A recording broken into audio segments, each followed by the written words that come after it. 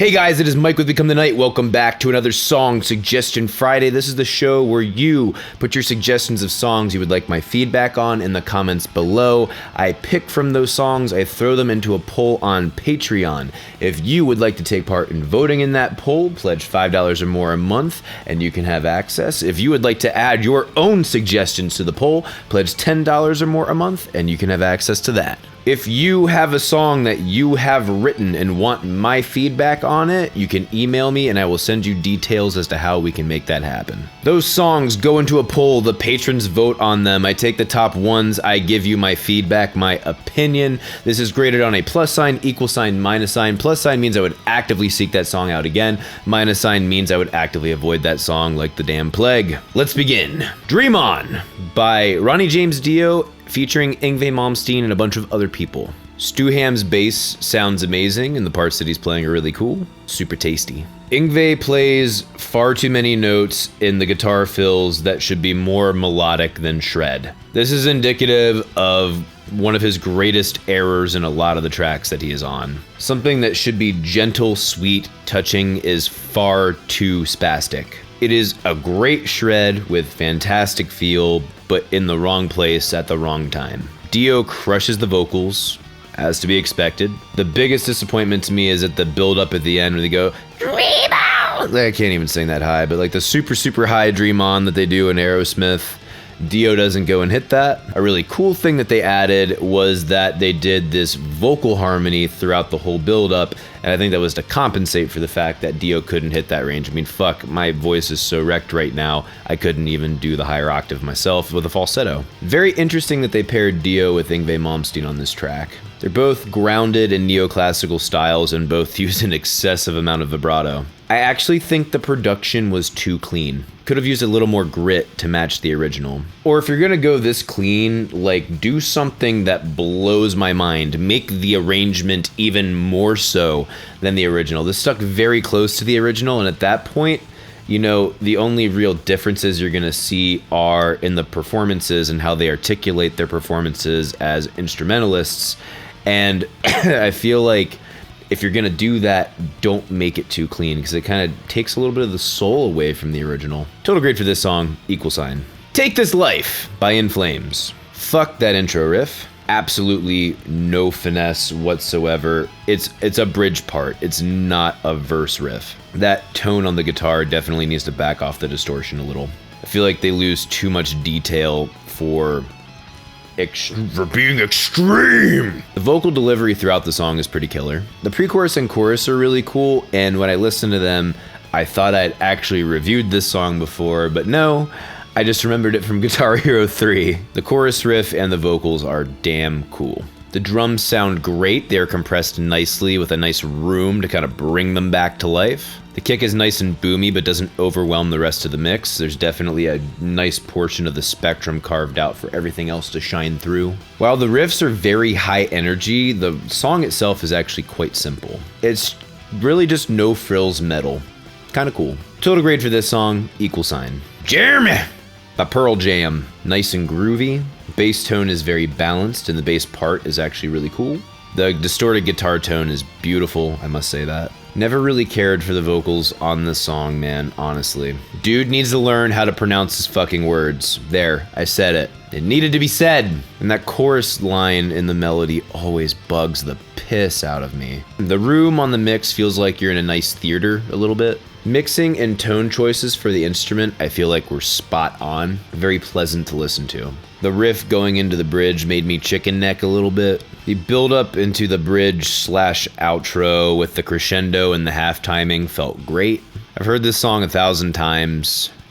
It's okay. Kinda overrated in my opinion. Not bad, but definitely not great. Total grade for this song, equal sign. Rats by Ghost. The song you've all been clamoring for. Good groove, cool and simple guitar riff, nice tone on the guitars. Really like the vocal harmonies in the pre-chorus, and all in all, that pre-chorus is really what separates this from being a mundane rehash of some 80s stuff and being somewhat unique. By the way, holy 80s metal Batman. This sound is just very classic 80s metal. I'm actually kind of shocked that this song has gotten the attention that it has.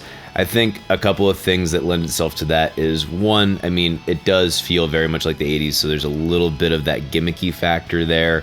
It's also a very established name, Ghost, and I haven't seen the music video, but I'm sure the music video is fucking weird, and it's made its rounds doing that. And by the way, it's not that I'm complaining, I actually think this song is really cool. I forget how the part goes, but it's in the part of the chorus where it goes, rats, and they go that oh wah ha ha, or oh wah, or some shit like that. In the following choruses after the first chorus, that I think is an awesome touch. The production all around is very clean. Even the distorted guitars somehow manage to sound clean. This is actually a really nice guitar solo. There's nothing showy about it whatsoever. Just feels nice. The vocal delivery is great, feels nice with a cool melody. Groovy, yet melodic. Really like the ending, how it starts out cheesy and then goes to beefy. It's kind of like the metal equivalent of a cheesesteak. Total grade for this song, =. California Dreamin' by the Mamas and the Papas. 60s production, we know it's lacking, we get it. It's what it was for its time. I actually really love the composition, and it's not even that complicated of a song. It's not that the chords are anything special. It's not that even the instrumentation is anything special. It's very simple instrumentation. But the chord choices that they chose, how they chose to play them, when they chose to play them, and then with the melody and counter melody over top of it is just very beautiful. Honestly, I'd say it's infectious in a sense. The flute solo is okay. It's definitely dates it to a period for sure, but you know, not bad. Has good feel, I will say that. I don't know, something about it feels out of place to me though. But at the end of the day, there is a part of me that loves it solely for nostalgia purposes. The melody going with the counter melody is so powerful to me, especially at the outro. The performances and all the vocals are very solid. I haven't paid super close attention to the lyrics or what they actually mean, but in my mind, they make me long for better times, if you will.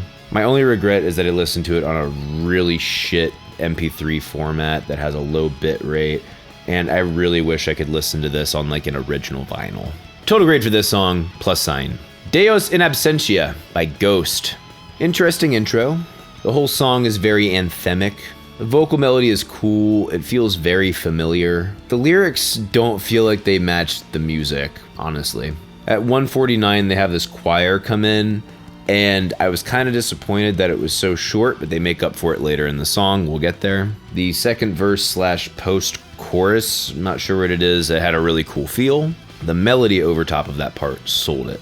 Then after they do another chorus, they have an instrumental break with some guitar harmonies. That was pretty cool. Really like that. They chose to throw piano in here, which is really nice. I think they also did that on Cerise, if I recall. Already talked about the production on this band. It's essentially the same. Now going back to what I was talking about, I'm very happy that the second choir part was longer than the first one. Gives the song more character. It's very pretty. Total grade for this song, =. Dark Necessities by Red Hot Chili Peppers. Really cool intro.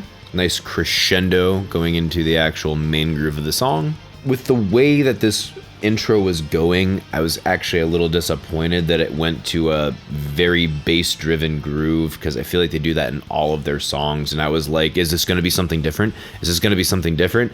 And I mean, the song sounds significantly different from what they normally do, which I think is cool, but like, I was kind of disappointed. Not mad, just wanted more. And wow, they added a piano. Pretty cool. Vocals are cool as always. Really cool guitar part in the verse. Like I had said in one of the previous Song Suggestion Fridays, it's nice how it's kind of like it has its place, but it's not the feature of the song. The chorus is very smooth. It's kind of like super funky with a rhythm and blues and jazz fusion of all of these things. The bridge is refreshing, kind of changes up the feel a little bit and also changes up the mode. I think it's Mixolydian, if I remember correctly. Correct me if I'm wrong, please. Mixing on everything except for the vocals and cymbals feels very, I don't know how to describe it other than blocky. It feels like it's kind of squashed at some point, like it has a hard ceiling for the dynamics. And I don't think that that's a bad thing at all. I think stylistically that's really cool. It's not as squashed as other RHCP songs and albums, but it definitely does have strong compression on it. These guys make some really cool sounds. My biggest disappointment is that they don't venture further outside of traditional rock structures, at least from what I've heard. They don't do it a lot, and I would really love to hear them do something like really out of the box. Total grade for this song, =. Feel Invincible by Skillet. The guitar kind of sounds like tinfoil, but it actually does sound cool, I will say that. Fuck that verse and its poppy electronic bullshit. It really just feels like it's trying too hard to be liked by everyone. It's like the person who pretends to be a popular kid in class, but everyone secretly just kind of doesn't like and tries to avoid. The dovetail vocals between the female and male vocals is really cool. The vocal harmonies and vocal melodies throughout the song are great. Chorus is very huge and very industrial. That guitar solo was an enormously missed opportunity. Started out with really cool notes, really cool phrasing and timing, with a great tone. Then immediately, I thought that was the intro of the solo, and it's just the first half of the solo, because the next measure, or 2 measures, or whatever the fuck long it was literally just a stereotypical tremolo bullshit thing that was kind of like it just farted itself out. That was so disappointing. It's like the guy pussed out. Either that or the producer was like, you can't showcase talent on this song. We're trying to be pop here. Pop doesn't do virtuoso. The composition and arrangement are good. I'm just not about this whole bro metal thing. Kind of soulless at the end of the day. Makes you feel a base instinct of power in the moment, but there's really nothing of substance here. This can be fun for a momentary experience. Total grade for this song, =. Starman by David Bowie.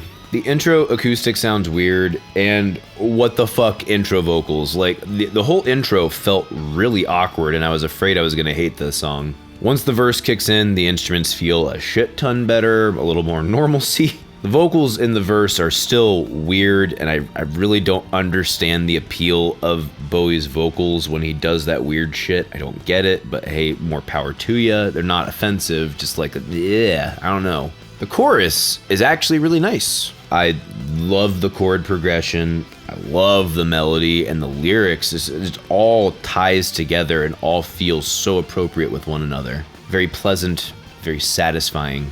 The production is actually pretty dang good for the time. I believe it was 72, if I recall. I mean, it's not like Pink Floyd over the top, everything's perfect, but I mean, it feels really nice. Very clear, very well balanced. To be honest, the instruments in the traditional rock ensemble part of this song are quite boring.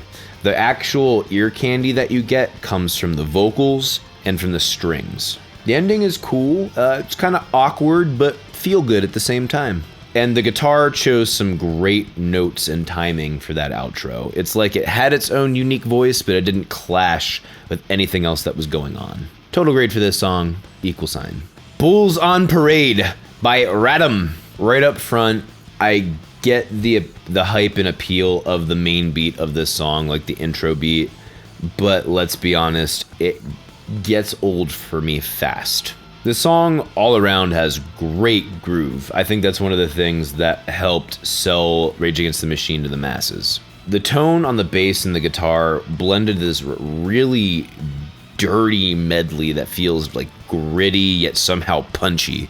Really cool. The flow of the rap is on point. Love the vocal delivery, lots of passion, and also excellent feel and articulation. The chorus is infectious and makes you rage. The drums are mixed pretty simply, and honestly, the whole production on this is pretty bare bones. There's no fancy tricks or anything here. It's just recorded very cleanly, and they chose their tones carefully to make sure that it kind of felt pretty natural and raw, but at the same time, not shit production. It sounds like this could have been made in a guy's garage if his garage was a full studio. The attitude of this does not come from the production being overly compressed and shoved in your face. It comes from the tone, it comes from the performance, it comes from the arrangement. It doesn't rely on production tricks. It's just raw and real. Total grade for this song, +. My first suggestion for you this week is Kitty Cat Rattatat by Sean Dempsey.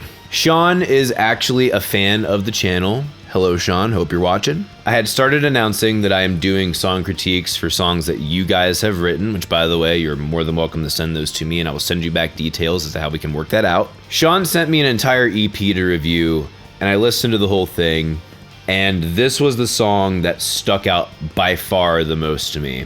I thought it was really damn cool, and to the point where actually I thought you guys should listen to it. I shit you not. Full disclosure, he paid for me to critique his song in private, and I decided, because I actually thought it was that good, I actually listened to it in my spare time. I shit you not. I wanted to share it with you guys, and I wanted you guys to go and give Sean some love. He did a really fucking cool song there. My next suggestion for you this week is CHAMELEONCARNIVAL by Andromeda. This is an instrumental. It's really weird. It's kind of like awkward and stilted, but at the same time very rigid and classical. It's really weird, man. Andromeda has such a weird feel for a band.